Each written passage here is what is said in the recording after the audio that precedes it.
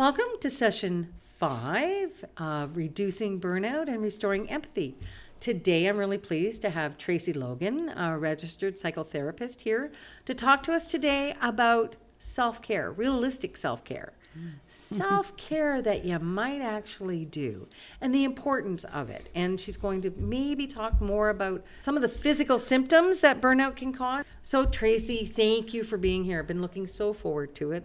I know you saw the interview we did last week with Sandy. So the whole format is I want to hear what you have to say, and so too do the people that tune in to watch. And we'll go from there. So just feel relaxed and just do what you do best, share information. Oh, perfect. Thank you so much for having me. No, this is cool. I love to talk about self-care because I feel sort of like I have a little bit of a different take on it. And actually, I was just thinking this morning, one of the upsides of COVID is people started to talk about self-care more frequently, so it wasn't all bad. But in psychotherapy, most often, every client, when I'm doing an assessment with them, I ask them what their self-care plan is. And some of them will tell me, well, I eat lots of fruits and vegetables.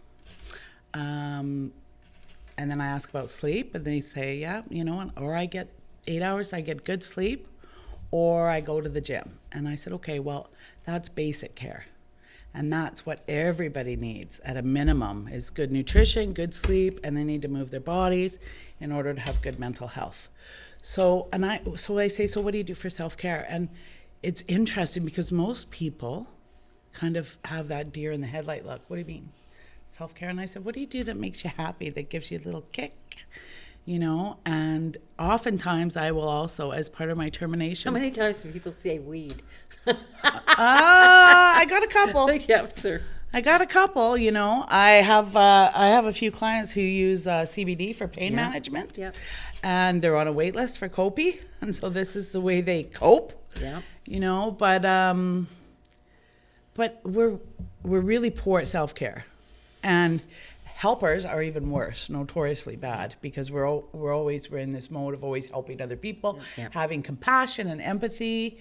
And these are the things, the lack of self-care can really keep our resilience up so that we don't experience compassion fatigue and we're less likely to experience burnout, which is even worse.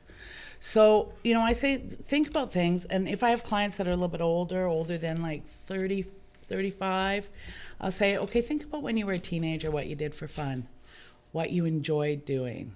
And they say, oh, well, I used to love to throw a ball around. I said, go throw a ball around. I had one client who'd experienced some very serious trauma. She struggled with the self-care piece, because she was just surviving. Just hanging on. Yeah, every ounce of energy she had was in living.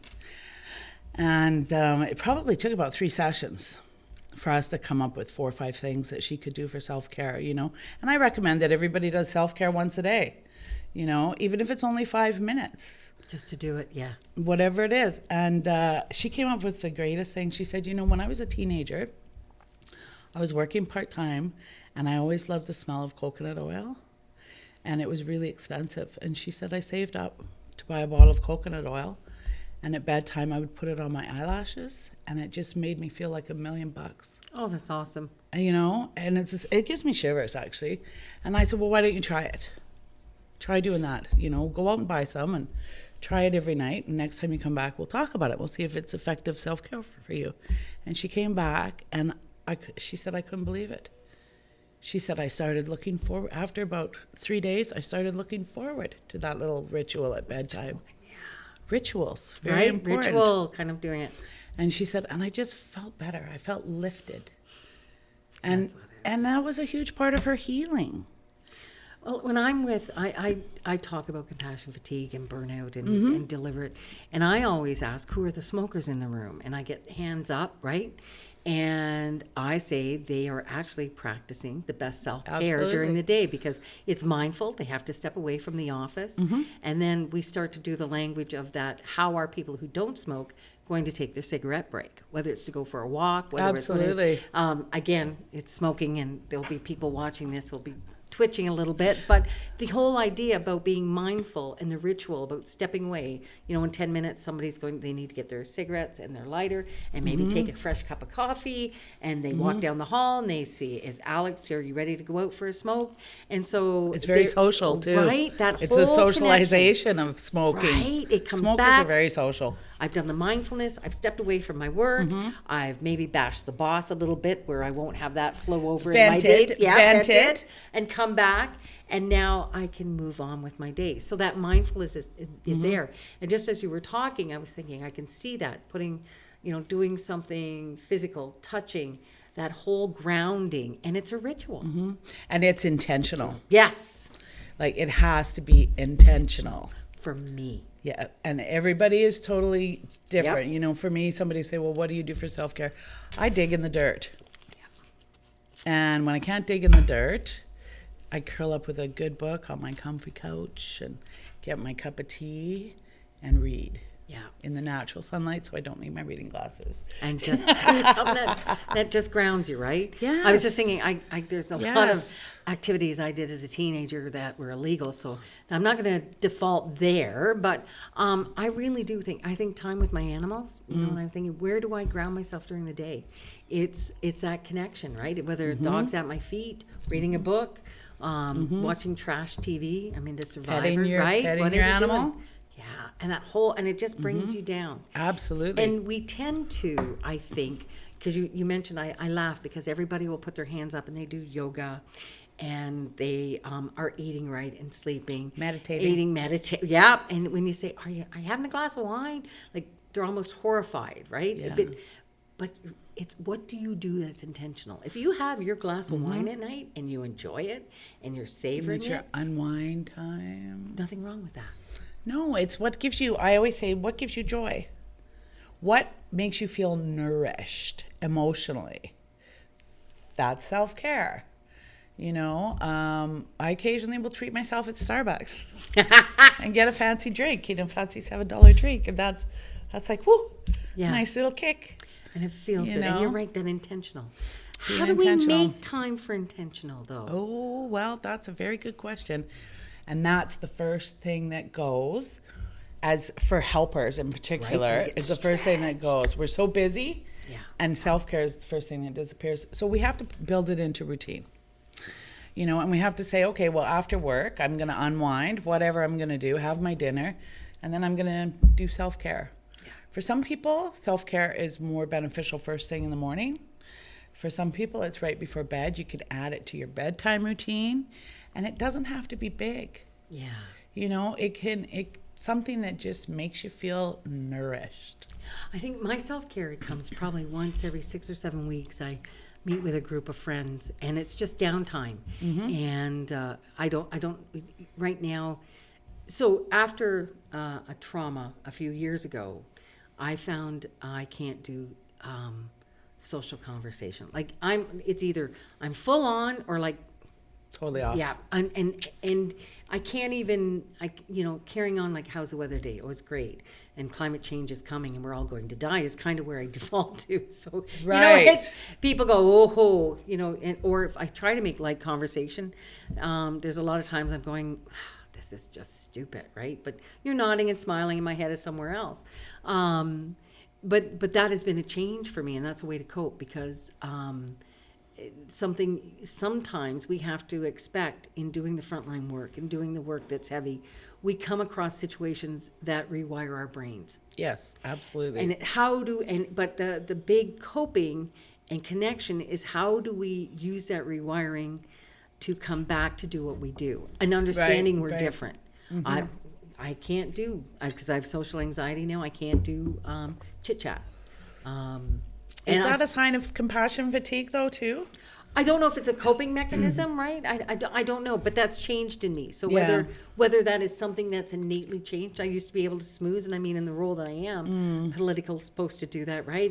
But I kind of get that. And I'm just done, right? I know when I have a very busy day, which for me is 5 or more clients in one day, I don't want to talk to anybody. I don't want to listen. I don't want to listen to anybody else. That's where my boundary is. boundaries are also a key to good self-care, right? Yeah. And helpers tend not to have great boundaries because we just want to help everybody. Right? No is a complete know? sentence, right? We forget about that. Yes, and it's something that you have to be intentional about. Like for me, 6 is my total max. I can't have any more than 6 in a day. She said sex. Well, and sex is a basic need too. Okay, well, we got them going, whoa, this is going into a different place. But yeah. But boundaries. And I find, and I think there's some research that supports this, that women are far poorer than men at not only just setting boundaries, but enforcing them. Because through genetics, physiologically, we are wired to be nurturers and carers. And men just seem to be better at setting boundaries. And we have to be very intentional, very explicit. And we have to say, and I talk to people lots about this when they talk about problematic relationships.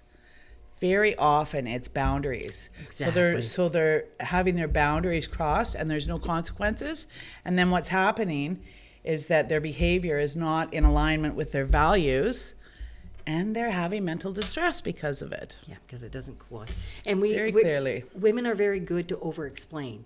When instead of saying, no, Tracey, I can't do that, we'll say, no, Tracey, I can't do that because I have to pick up my kid at 6 and then I have to take them to the soccer field. And then what I've done is just opened up a way for you to convince me that there is room in that no for you to give a yes, right? Perfect well, if you've got to go to the example. soccer field, maybe because you're going right by my house, you can pick that up and on your way back you can drop it off.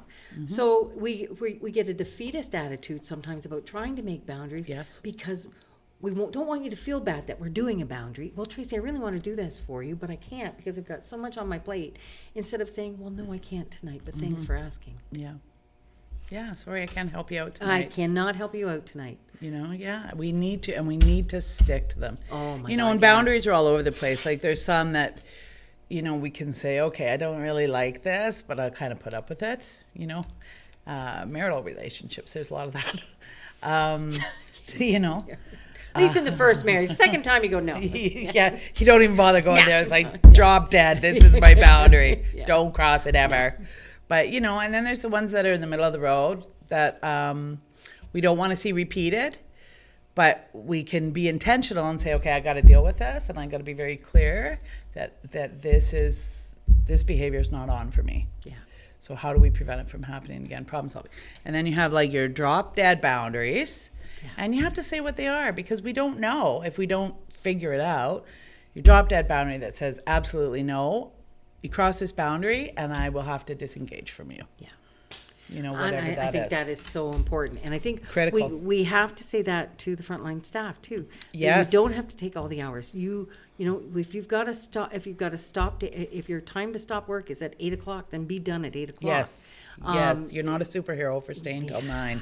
Or, and there's times you may be asked in your role to flex your time, that maybe you're not going to start, if you're going to stay till 8 because you're going to run a group, then you start at noon, right? And so that negotiation has to happen. And you have to understand that burden of what you're doing in the frontline level, that if you're not taking care of yourself means that you're going to leave the field. Absolutely. And I think about that a lot. Like I did a group with first responders in Ottawa a number of years ago, and it was mind blowing because who we heard from the most were the dispatchers. Because the dispatchers are least likely to get the end of the story. Yes. Sorry, I didn't mean to interrupt, but it just dawned on me. Yeah, and that was huge to me, not getting the end of the story because I was kind of focused on some of the horrific things that first responders have to experience, right? Yeah. And so how do we process that trauma?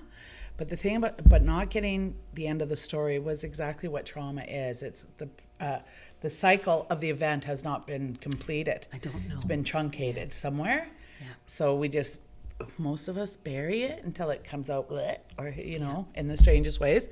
Or we decide that we need to sit down and get some help to process it so we can let it go and unburden ourselves. And that's what I had to do with the trauma that I experienced, right? Because we don't have an ending to it yet. And it's how to make peace with that. And I'm a ruminator. Right? So it just cycle. What could I have done different? What could I have done different? And It's funny because when I work with people who've lost loved ones to suicide, it's not a trail of thinking we explore very long, because I try to pull back that in one moment of every day, like, you can't define what happens at this moment that's going to determine this outcome on this day, right? You can't pluck them. Uncertainty. Right? We want to know. Give me my why. The devil you know versus the one you don't, right? And when you don't have it, and for many people doing the frontline work currently that we're seeing, is that they're developing relationships, especially along the drop-in. For those folks that are right there, they're developing relationships with folks, and then suddenly they're not there anymore. So what happens to the end of the story? For the paramedics coming in, there's a lot of, they're trying to, sometimes support someone who really doesn't want their high interrupted. So instead of coming out and they're going to live, they're coming up and they're angry. And it's like, dude, I just got you breathing again, and you're telling me to, put my head someplace that I can't. So I think there's all of these emotions that sit with the job that are different from the actual horrific work. There's the dumb responses that they have to deal with too. How do you process that? And those are the things, if left unprocessed, that lead to compassion fatigue and burnout. Because what happens if you keep having the same banging your head against a brick wall, pretty soon your head's going to be damaged. Yeah. And that's when you get burnout, where you just stop feeling, right? You become dead. Yeah. Dead to it, because it's like Chinese water torture. Yeah. The first 800 times you're okay, but 8,000 you're done. Yeah. Switch comes off. So, and I always advocate for like debriefing. It was a nice thing that we could do through CMHA with first responders and helpers, was sort of debriefing, shift change, and what worked, what didn't work, how you feeling,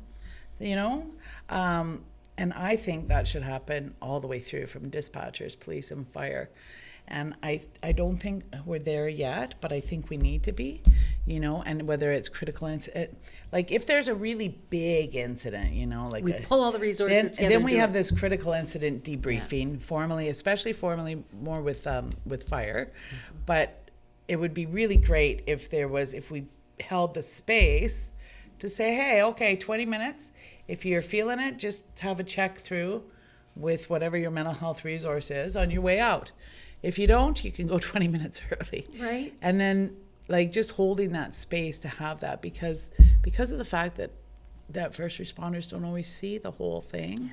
Sometimes just to say, well, I don't know how to figure, I'm hoping so-and-so is okay. I have no idea. I might never find out. And how do I deal with that, And that's also grief and loss. Right, it's right grief in there. Grief and loss and trauma is all, so, and we have to process it. And sometimes we're fortunate enough we have a good friend that we can process it with. Or a partner. Or we have someone in our lives that we can, work through this with. And if you don't, there's people like me who can help people work through it. But it's really important as, an ounce of prevention, right? Well, and that's it. When Sandy was here and you saw that 47 years, I've been almost 30 in the field, and we talk about you do things. Your bubble's not always in the middle. You have times where it's skewed, and you got to fight your way back. But if you have the right support to do it, you pull it forward into your toolbox. Absolutely. Right? It makes you better at what you do. And can make you more resilient. Yes. If you intentionally have good self-care and you intentionally process stuff that you're thinking about way too frequently. And just those connections, right? Have those so conversations. Important. And understanding that you don't have to throw in the towel. But that also comes from a whole culture of an organization too, right? And I think absolutely trying to create what's important to people, giving them time to talk, holding space. And I think you've just nailed it so well. Is there a good debriefing? Do we debrief well? And do we debrief well with ourselves? Do we do an internal debriefing, right? Absolutely. Sitting in the car, rocking out, and then you're saying that guy was an idiot, but blah, blah, blah. That's part of the conversation. Absolutely. Right? What does your self-care look like, Miss Tracey Logan? Okay, well, it's in the dirt. Definitely digging in the dirt, and I can do it. You mentioned reading, but you dig in the dirt. Yeah, and reading, and my kids, and play. Okay, well, define play. Being silly. Like turning on the way that I clean the house is I do it as self-care, and I have my favorite playlist and I sing and dance and Get a clean house to boot. get a clean house, a slowly cleaned house, because I get distracted. I'm like, oh, I gotta play this song, right? So music, my children, adult children, are my self-care. You know, spending time with them and laughing. Yeah. Laughing. I mean, they say laughter is the best medicine. There's really truth to it, you know. Yeah. We helpers have a hard job. Yeah. My clients have hard lives. And if we can find some levity and some lightness, then we can restore some balance. Yeah. And I'm going to end on that, because we talk about, you know, dark humor, black humor that exists. I mean, we've had it here. You know, there's a hard day, and sometimes there's comments made, and then everybody's on the ground, and it might not be the most appropriate, but at the time, as a manager, you step back and let it roll, because you know the relief that it brings. And sometimes it's myself making the comment, right? Like, and release. How do you let it go, right? And everybody Release. We laugh and we move on, because if you didn't, it's heartbreaking. It can be. This work, you know, there are people that you're so thrilled at, and you see, you know, they come in through, we have people that have come in from the bridge and working through their addiction, and they move to employment, and they do well, and they get into their own place, and then they're knocking on your door a year later, and you're like, you're heartbroken, because so much is going forward. But if we didn't laugh at it, if you didn't find things funny in the horror that what we do sometimes, it would just still be horror. Think of MASH. That Right? show. Yes. Right? You know? We all want to be the Hawkeye, though. True. Yeah. True. But I think that's Yeah. a good analogy. Yeah. You know, MASH, like just the horror, but trying to find the levity. And I think that can help keep our mental health intact. And I also think just maintaining curiosity for helpers in particular. I just had a horrific thought, and this is going to age us very much. Some folks out there may not know what MASH was. Yes, that's true. It was a show in the 1970s. But you can Google it. You can Google it, right? Train of thought. So I'm going to come back to let you end. There'll be a splice. Sure. Curiosity. I think if we maintain curiosity, like wanting to learn and figure things out, it makes us better helpers. But it also can emotionally protect us. Curiosity. I love that. Yeah, I love curiosity too. I'm always so curious. I love getting new clients and figuring it out and asking them questions and finding out what it is. What key do they need to find? To unlock some stuff. Yeah. Absolutely. And then that's the key we have to hold to unlock our stuff. That's awesome. Absolutely. Last word is yours today, ma'am, because you've just been going really well. Let's end us on a good note. Okay. I think it's wonderful when we remember to celebrate our successes, because we can get mired in the horror. And when we step back and say, yeah, that worked. Yes, that person found their key, then we know we're doing our jobs. Brilliant. Thank you, Tracey Logan, for spending time with me today. Thank you very much.